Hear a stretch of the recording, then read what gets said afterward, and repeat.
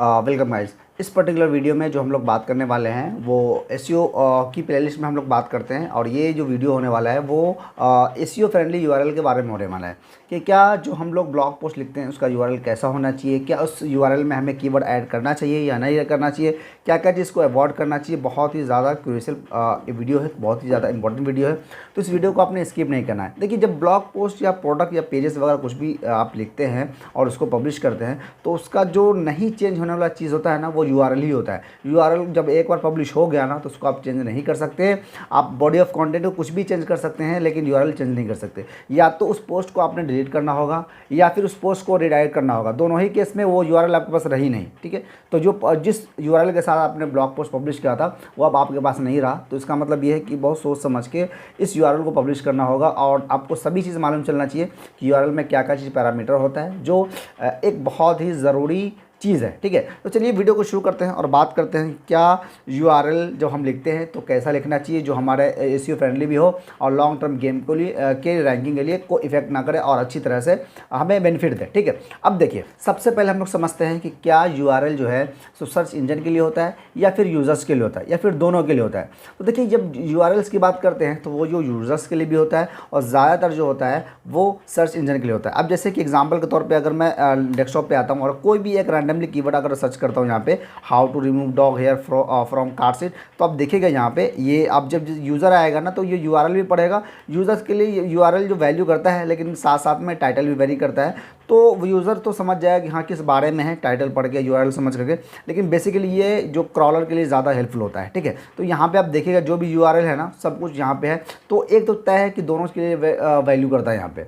अब ये हम लोग समझते हैं कि क्या जब हम यूआरएल लिखते हैं तो कौन कौन सी स्पेसिफिक कौन कौन सी इंपॉर्टेंट चीज़ है जो हमें मालूम चलना चाहिए, ठीक है। अब देखिए, सबसे फर्स्ट स्टेप में ये है कि आपको लेस डेप्थ में लिखना है, बहुत ज़्यादा लॉन्ग यूआरएल नहीं लिखना है, ठीक है। फॉर एग्जांपल अब मैं यहाँ पे चलता हूँ और किसी भी एक रैंडमली पोस्ट को अगर मैं ओपन कर लेता हूँ यहाँ पे समझने के लिए। अब देखिए यहाँ पे क्या है ना कि डोमेन नेम आप दिख रहे हैं और ब्लॉग का आपको कैटेगरी दिख रहा है, उसके बाद आपको पोस्ट दिख रहा है, ठीक है। अब इतना तो ठीक है, इतना तो लेस डेप्थ है। अब इसको और भी हम करते हैं यहाँ पे ब्लॉग के अलावा हम क्या कर देंगे कि इसे डॉग के बारे में है तो सबसे पहले हम क्या करेंगे, पेट्स कर देंगे, उसके बाद करेंगे डॉक्स कर देंगे और उसके बाद फिर यूआरएल होगा। तो ये कुछ ज़्यादा ही लंबा हो गया और ये ना बिल्कुल ये क्या लेस डेप्थ नहीं हुआ। तो आपको लेस डेप्थ करना है ताकि क्या है ना कि सिर्फ यूआरएल हो, बहुत ब्लॉग हो और सीधा आपका यूआरएल हो, ताकि क्रॉलर को समझने में आसानी हो। ज़्यादा उसको अगर फिल्टर करके जाना पड़ रहा है ना तो ये ज़्यादा लेस डेप्थ नहीं होता है, तो इसको ज़्यादा वैल्यू नहीं दिया जाता है। और कहा जाता है कि अगर आपकी वेबसाइट का यूआरएल बिल्कुल लेस डेप्थ है तो ज़्यादा बेनिफिट है। तो ये चीज़ पहली चीज़ आपको ध्यान रखना है। और दूसरा ये है कि क्या हमें वेबसाइट के जो पोस्ट पेजेस प्रोडक्ट्स वगैरह पब्लिश करते हैं तो इसमें कीवर्ड का ऐड होना कितना ज़रूरी है।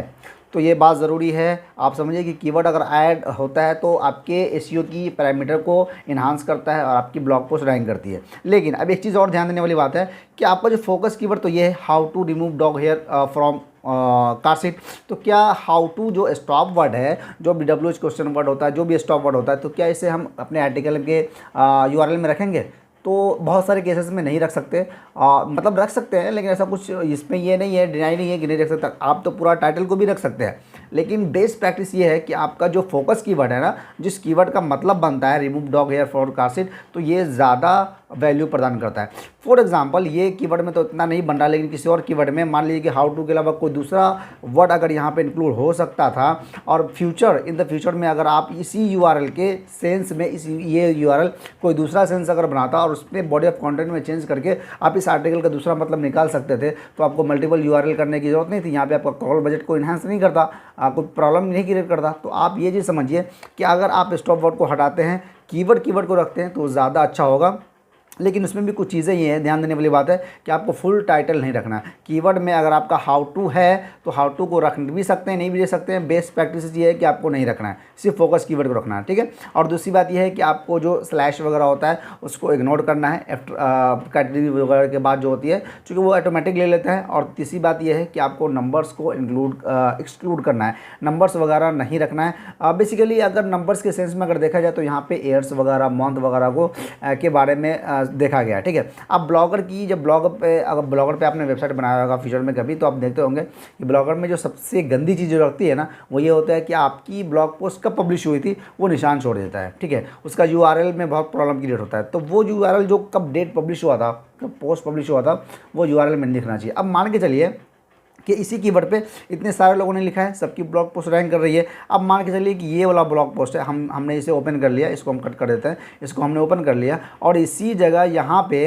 अब इसके यूआरएल में जा करके यहाँ पे कार डॉट के बाद 2024 अगर होता तो कितना गंदा सा लगता। मतलब ये है कि 2025 आएगा, 2026 आएगा, 2027 आएगा, तो ये आर्टिकल साल, 1.5 साल, 2 साल, 3 साल पुराना हो जाएगा। तो 3 साल पुराना आर्टिकल में तो लोग वैसे भी नहीं आना चाहते। अगर आपके यूआरएल में एयर नहीं होता है तो लोगों को लगता है कि अपडेटेड आर्टिकल है और उसमें कभी भी आप बॉडी ऑफ कंटेंट में अपडेट करेंगे तो कोई प्रॉब्लम नहीं होती है। तो ये चीज़ ध्यान रखने वाली बात है कि आपको अपने ब्लॉग में कभी भी एयर्स वगैरह, बेसिकली नंबर्स नहीं यूज़ कर सकते, कर भी सकते हैं तो आपको एयर्स वगैरह को ध्यान में रखना है, एयर्स वगैरह आपको नहीं यूज़ करना है, ठीक है। टाइटल में ऑटोमेटिक जो कोई एसईओ टूल वगैरह आप यूज़ करते हैं ना, तो आप एयर्स का जो उसमें टाइटल में लगाते हैं ये वगैरह एसईओ टूल वगैरह में, तो सब कुछ वहाँ पे ऑटोमेटिक आ जाता है, आपको यूआरएल में लगाने की जरूरत नहीं है, ठीक है। अब देखिए तीसरे स्टेप में यह है कि आपको हाइफन यूज़ करना है लेकिन अंडरस्कोर नहीं यूज़ करना है। अब देखिए यहाँ पे देखिए फिर से एग्जांपल के तौर पे चलते हैं, यहाँ पे हाइफन है, ठीक है, यहाँ पे देखिए ये हाइफन है और चलते हैं यहाँ पे आपको हाइफन दिख रहा है। अब आइए यहाँ पे ये हाइफन दिख रहा है,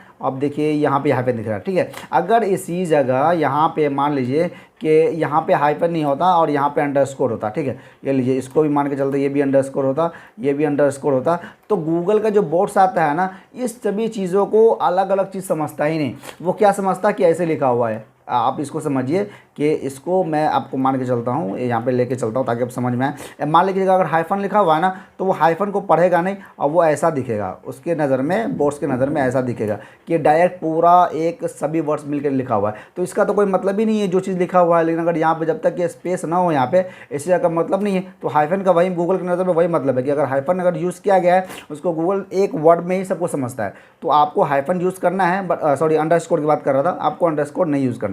ये जो एग्जाम्पल बता रहा था मैं, अंडरस्कोर की बात है, अंडरस्कोर को नहीं समझता, ठीक है।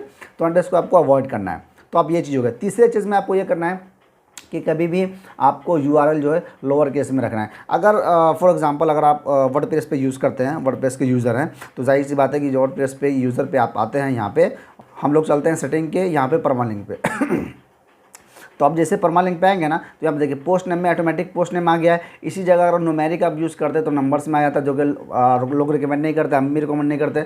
मंथली नेम वगैरह में हालांकि ऑप्शन है, यहाँ पे किया जा सकता है डेट नेम मंथली वगैरह, लेकिन आपको कुछ पर्टिकुलर वेबसाइट ऐसी होती है जिसको ये सब यूज़ करती है, लेकिन बेसिकली इन्फॉर्मेटिव ट्रांजेक्शनल किसी भी वेबसाइट को इसको यूज़ करने की जरूरत नहीं होती है, ठीक है।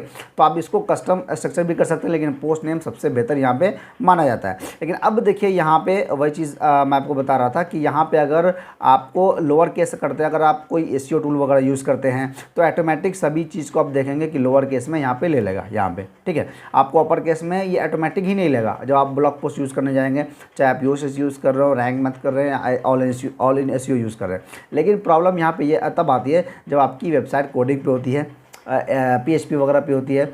तो वहाँ पे क्या होता है कि जब मैनुअल आप यूआरएल बनाते हैं ना, तो वहाँ पे अगर आप क्या कहते हैं कि कैपिटल में अगर यूआरएल रखना चाहते हैं तो कैपिटल में भी हो जाता है, तो वो प्रॉब्लम वहाँ पे क्रिएट करता है। हालांकि वर्डप्रेस में ऐसी प्रॉब्लम बेसिकली होती नहीं है। तो वो सब चीज़ें आपको ध्यान देने वाली बात होती है, ठीक है। तो वो सब चीज़ आप देख सकते हैं। और हम यहाँ पे छठे स्थान में देखते हैं कि आपको कभी भी स्पेशल कैरेक्टर अपने यूआरएल में नहीं यूज़ करना है। स्पेशल कैरेक्टर तो वैसे भी वर्डप्रेस पे नहीं लेगा, लेकिन अब अगर आप कस्टम कोडेड वेबसाइट में करते हैं तो वहाँ पर आप कर सकते हैं। अगर आप जानना चाहते हैं कि कौन कौन सी यहाँ पे होता है स्पेशल कैरेक्टर्स वगैरह, तो आप देखिए यहाँ पे आप करेंगे लिस्ट ऑफ स्पेशल कैरेक्टर, देखिए इतनी सारी चीज़ वगैरह जो है ना, ये सब स्पेशल कैरेक्टर में आती है। तो ये सब चीज़ें आपको अपने यूआरएल में कभी नहीं यूज़ करना, ये बेस्ट प्रैक्टिसेस नहीं मानी जाती है।